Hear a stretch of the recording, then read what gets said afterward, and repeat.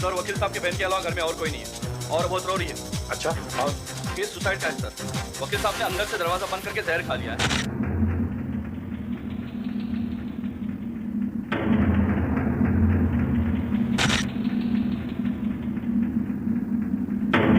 Doctor साहब, body को अच्छी तरह से चेक कीजिए। पल्स नहीं चल रही है। He is dead. बॉडी को देखिए लगता है कि इनकी मौत रात को करीबन 8 और 9 के दरमियान हुई होगी।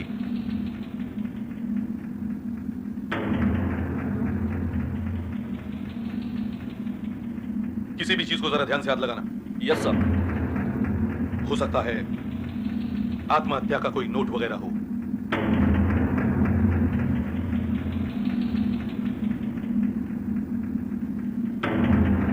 मुंह से झाग निकला हुआ है। जाहिर है मौत जहर खाकर ही हुई है। खा लिया या किसी ने खिला दिया? कुछ कह नहीं सकते। अगर जहर अपने आप खा लिया तो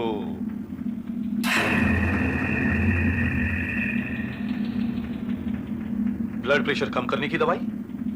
ब्लड प्रेशर के मरीजों को अक्सर डिप्रेशन हो जाता है। इसमें से एक कैप्सूल खाया है?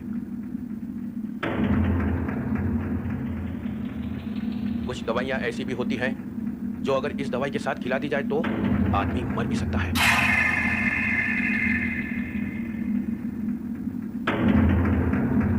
इसका मतलब किसी ने वकील साहब को पहले वो दवाई दी और फिर जब उन्होंने ये कैप्सूल खाया तो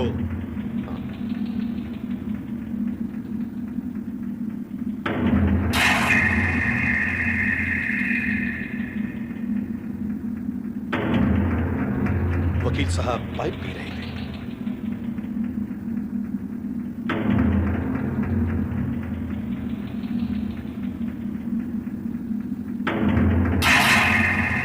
दूध आधा पिया हुआ है। कहीं वो दवाई, वो जहर इस दूध में तो नहीं? हाँ सर, इसी दूध में वो जहर मिला गया होगा। और सर, ऐसा कोई कागज भी तो नहीं मिला जिससे आत्महत्या के बारे में कुछ पता चल सकता? अगर वकील साहब को जहर इस दूध में दिया गया तो फिर ये ग्लास अंदर कैसे आया? दरवाजा तो अंदर से बंद था। कौन हो सकता है? कौन ला सकता है ये जहर से भरा दूध? मैं ये कैसे बता सकती हूँ? अगर आप नहीं बता सकती तो और कौन बता सकता है? आप ही तो उनकी देखभाल करती थी। और अगर आपने उन्हें दूध का ग्लास नहीं दिया तो क्या आसमान से टपक पड़ा? आपके भाई की मौत जहर खाने से हुई है।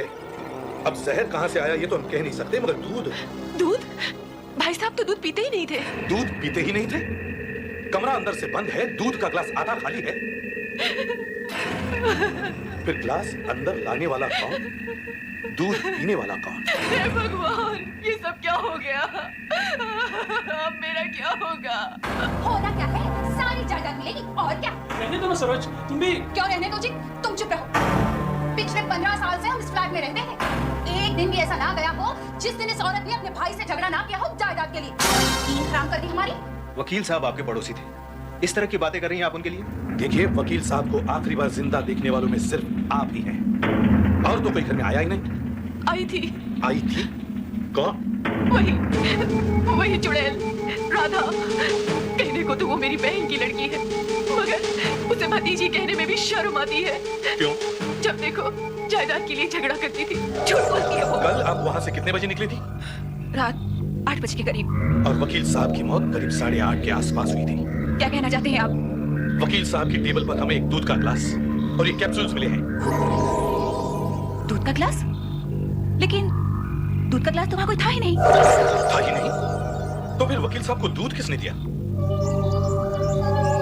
एक मिनट, जब मैं अंकल से मिलकर वापस जा रही थी तो किचन में मैंने वकील साहब की बहन को देखा। क्या चाहिए? कुछ नहीं, अंकल ने ये कप किचन में रखने को कहा था। ओहो, बड़ी सेवा हो रही है अंकल की। तू क्या समझती है अंकल तुझे मेवा देंगे? एक फूटी कौड़ी भी नहीं आएगी तेरे हाथ, समझी? इस बात का फैसला अंकल करने वाले हैं बहुत जल्द ही। अंकल क्या फैसला करेंगे? उनका तो एक पांव वैसे ही कब्र में लटका हुआ है। और फिर ये मेरी जिंदगी का भी सवाल है। मैं सच कह रही हूँ इंस्पेक्टर साहब, मैंने उसे अपनी आंखों से दूध में कुछ मिलाते हुए देखा था। उसने दूध में जरूर जहर मिलाया होगा। मगर क्यों? उसने ये नहीं सोचा कि सबसे पहले वो ही पकड़ी जाएगी? आगे घर में और है ही कौन? रही बात दूध में जहर की, वो तो केमिकल लेबोरेटरी की रिपोर्ट ही बता सकती है। मार्केट टेस्ट किया, दूध में शक्कर, बस नहीं एक और टेस्ट करना बाकी है। देखिए ये सॉल्यूशन हमने उस दूध से तैयार किया है। अगर दूध में जहर है तो इस सॉल्यूशन की 3 या 4 बूंदें मिलाने पर भी इसका रंग नहीं बदलेगा। जी हाँ, 3 या 4 बूंदें। अगर रंग बदला तो जहर नहीं।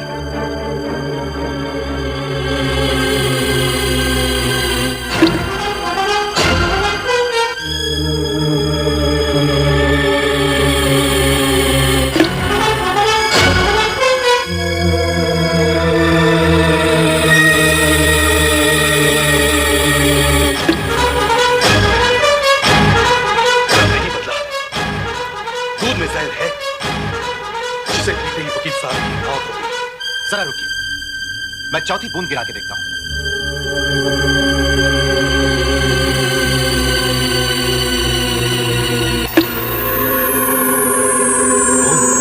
रंग बदल गया।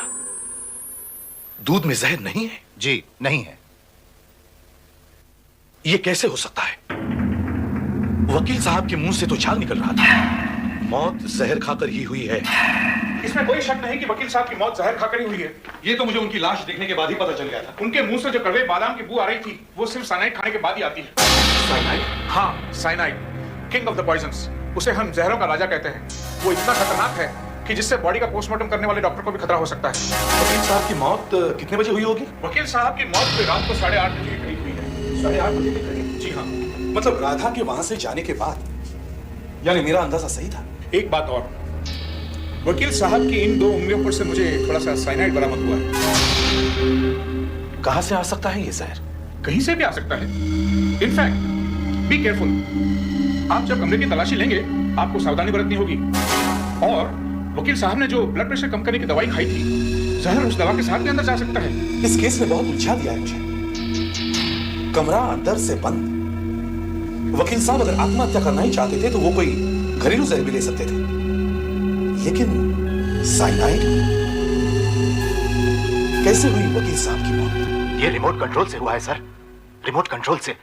जैसे दूर से रिमोट का बटन दबाने से टीवी ऑन होता है, टीवी ऑफ होता है, वैसे ही दूर से रिमोट का बटन दबाया और आदमी मर गया। बेवकूफों जैसी बातें मत करो। Sorry sir. जिस दिन रिमोट कंट्रोल से मर्डर होने लगेंगे हमारी नौकरियां चली जाएंगी और फिर कंप्यूटर का इस्तेमाल करना पड़ेगा। सर्जन को वकील साहब की उंगलियों पर साइनाइड के ट्रेसेस मिले, लेकिन साइनाइड वकील साहब की उंगलियों पर लगा कैसे? वो क्या चीज हो सकती है जिस पर साइनाइड लगाकर कातिल चला गया? टेबल लैंप, कुर्सी, पाइप। आगे बोलो। पेन, पेपर, पैसा। आगे बोलो। Ashtray, telephone, glass. Yes, glass.